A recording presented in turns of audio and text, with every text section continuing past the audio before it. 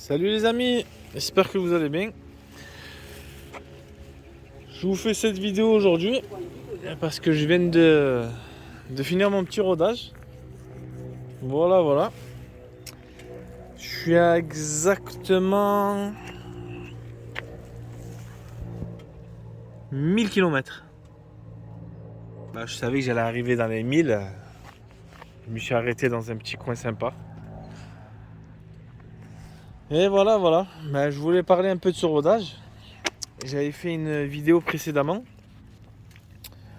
où j'avais parlé un peu de mon rodage par rapport à ma visière que à 150 il manquait un peu de visière. Et dans ma précédente vidéo où je présentais mon Tracer 7, je vais expliquer comment j'ai fait le rodage, comment on me l'a conseillé, j'ai pris un peu tous les infos, on va dire. Alors pour ce rodage, Yamaha m'ont dit déjà qu'il fallait faire au bout de 500 km, tu pouvais rouler normalement sans aller dans les gaz à fond. Voilà, il m'a conseillé de rouler entre 5 et 6 000 tours et d'aller progressivement dans les 5 6 000 tours. Ce qui fait que la moto, elle montait dans les 130, 135. Voilà.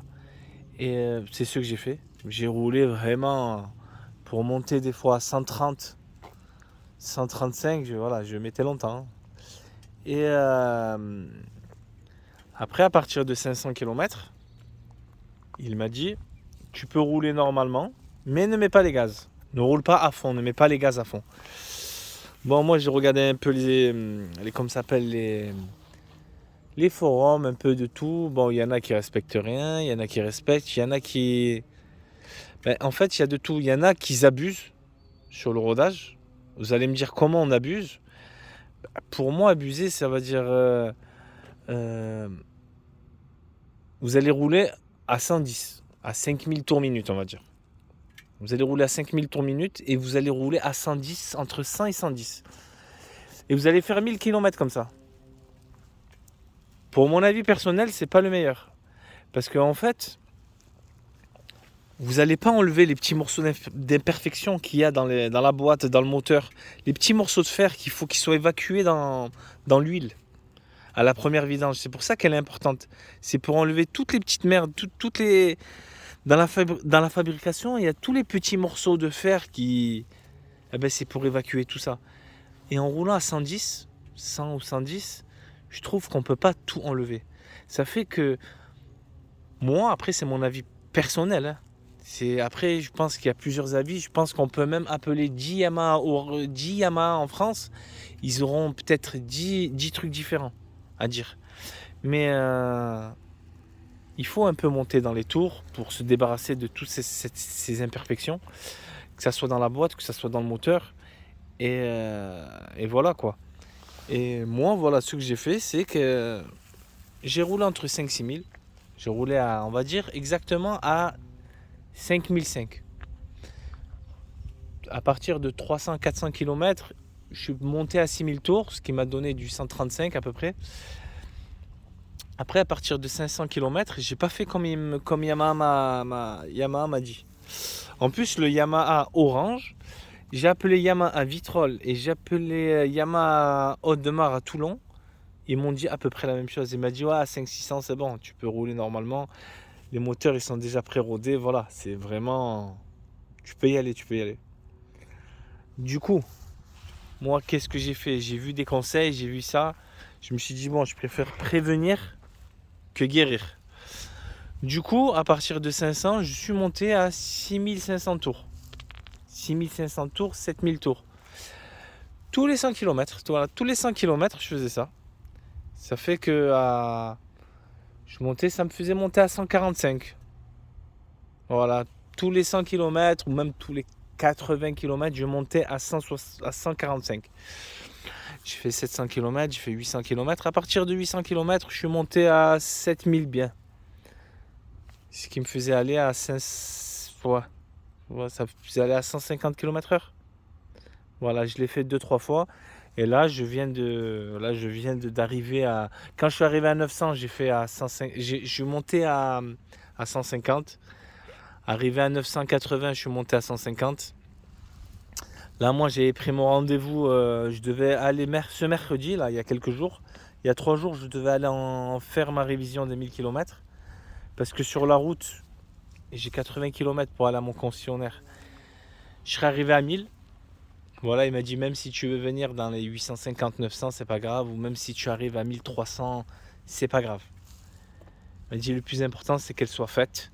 Voilà, pour enlever toutes ces petites imperfections. Et du coup, voilà, là, j'ai pris rendez-vous pour la semaine prochaine. Mais voilà, après, on va avoir, je pense, même beaucoup de professionnels vont donner des avis différents. Même si c'est tous des professionnels, l'autre il a 20 ans d'expérience, l'autre il a 10 ans d'expérience, l'autre il a... Ils vont donner le... Moi en fait j'ai pris un peu le meilleur de tout le monde. Yam m'a dit d'aller jusqu'à 500 et après d'accélérer progressivement. Du coup moi là je suis à 1000 km et j'ai jamais dépassé les 7000 tours. Je suis allé à 150, on va dire aller 6 fois maximum. Et voilà, c'est pour ça que sur ma vidéo, je me suis dit qu'il me fallait quelques centimètres de plus pour que ça me coupe bien le vent. Voilà pour cette vidéo de rodage. Qu'est-ce que j'aurais à dire? Franchement, c'est bien passé le rodage. Au début, je roulais. Ça va, franchement, c'est agréable. En plus, le véhicule est léger. Voilà, franchement, bon petit rodage. Bon, pour ceux qui n'avaient pas vu ma vidéo précédente, déjà, allez la voir. Abonnez-vous. Voilà, je vais essayer de mettre de plus en plus de contenu. Comme j'ai dit dans ma vidéo précédente, je ne vais pas parler seulement de Tracer 7. Si vous voyez dans les vidéos précédentes, j'ai parlé de Versys Kawasaki. Voilà, là, j'ai beaucoup d'amis qui ont commandé des motos. Que ce soit des Ténéré, que ce soit des GS 850, des GS 1250. J'ai beaucoup d'amis qui ont commandé. Et voilà, si je peux faire des présentations avec leur véhicule, je le ferai. Je touche un peu au motocross, tout ce qui est quad. Là, je vais pas tarder à vous faire une présentation d'une Piwi que j'ai acheté à mon fils. Je l'ai acheté il y a quelques semaines, je lui ai pas encore offert. J'attends quelques jours, là, début mai pour lui offrir. Et voilà. Bon, je pense qu'il y en a plein qui me diront que la moto est dégueulasse. Je ne l'ai pas lavée, j'ai fait 1000 km sans la laver. Voilà. Bon, ceux qui ont vu la vidéo précédente, ouais. Le truc qui change, c'est que ce matin, j'ai enlevé ça. Voilà, j'ai enlevé ça. Je voulais enlever le support. Mais en fait, c'est le support qui tient le câble. Et je me suis dit, bon, le câble, il va pendouiller. Je voulais pas mettre des zips. Voilà, j'ai enlevé le petit truc orange, là. Katajat. Et de l'autre côté, je l'ai enlevé, mais j'avais pas besoin d'enlever le... J'ai enlevé le support. Voilà, en fait, c'est le vis qui tient les plaquettes. Vous avez juste enlevé ça. Là, je l'ai enlevé complètement. Et sur l'autre côté, il fallait juste les enlever, ces clés de 12. Et après, il y a un petit vis là, en clé de 8 à enlever. Bon, voilà. J'arrive à la fin de la vidéo. Toujours pas de changement depuis que je l'ai acheté. Bon, pour ceux qui n'ont pas vu les vidéos d'avant, j'ai commandé la moto avec les crash bars directement. Et avec le support USB-C. USB plutôt. Voilà. Et j'ai mis le SP Connect. J'aimerais bien avoir qu'on me dise en fait c'est lequel modèle qu'on doit mettre ici. Franchement, c'est important. Parce que je sais en quadlock, on a le support ici, qui est en plastique, qu'on peut mettre. Mais bon, moi, comme j'avais déjà celui-là, dites-moi dans les commentaires, si vous pouvez m'aider, quel support va au mieux à ça. Je suis parti à Dafimoto, ils m'ont montré un petit truc comme ça, qu'on peut mettre ici avec un boulon derrière. Mais ça risque de me rayer ça. Après, il y a le support qui va sur le mètre-cylindre. Dites-moi s'il vous plaît s'il y en a qui l'ont mis ici. Après, vous me direz, il y a d'autres modèles à mettre. Mais bon, j'ai celui-là. Franchement, je l'ai acheté 100 € avec la coque. Voilà. Je sais qu'il y a du Quadlock, il y a du Tigra.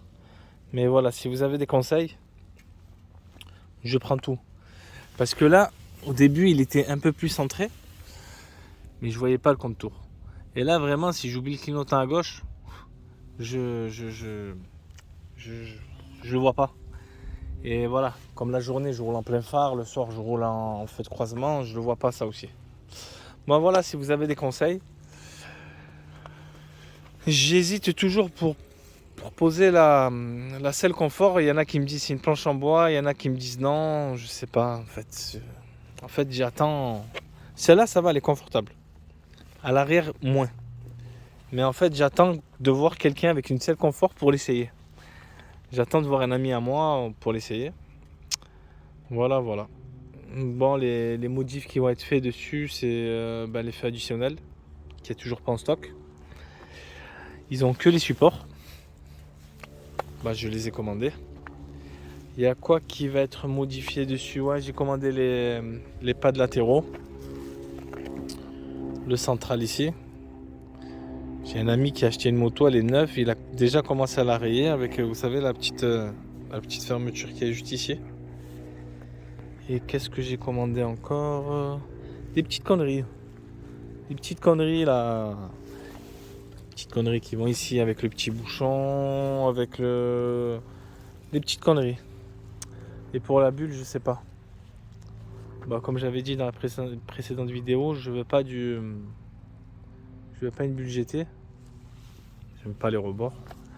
Mais bon, je veux une bulle fumée. Mais je veux pas de covering. Voilà. Je vous dis à bientôt pour d'autres vidéos. Merci à vous. Abonnez-vous. Je suis nouveau dans les vidéos. Voilà, si j'ai fait quelques erreurs, corrigez-moi. J'accepte toutes les critiques. Si j'ai fait quelque chose si je me suis trompé n'importe quoi, j'accepte tout. Voilà, je suis pas un professionnel. Et même les professionnels peuvent se tromper. Et voilà, il faut accepter. Et voilà. Bon, je vous dis à bientôt les amis, sur ce beau soleil.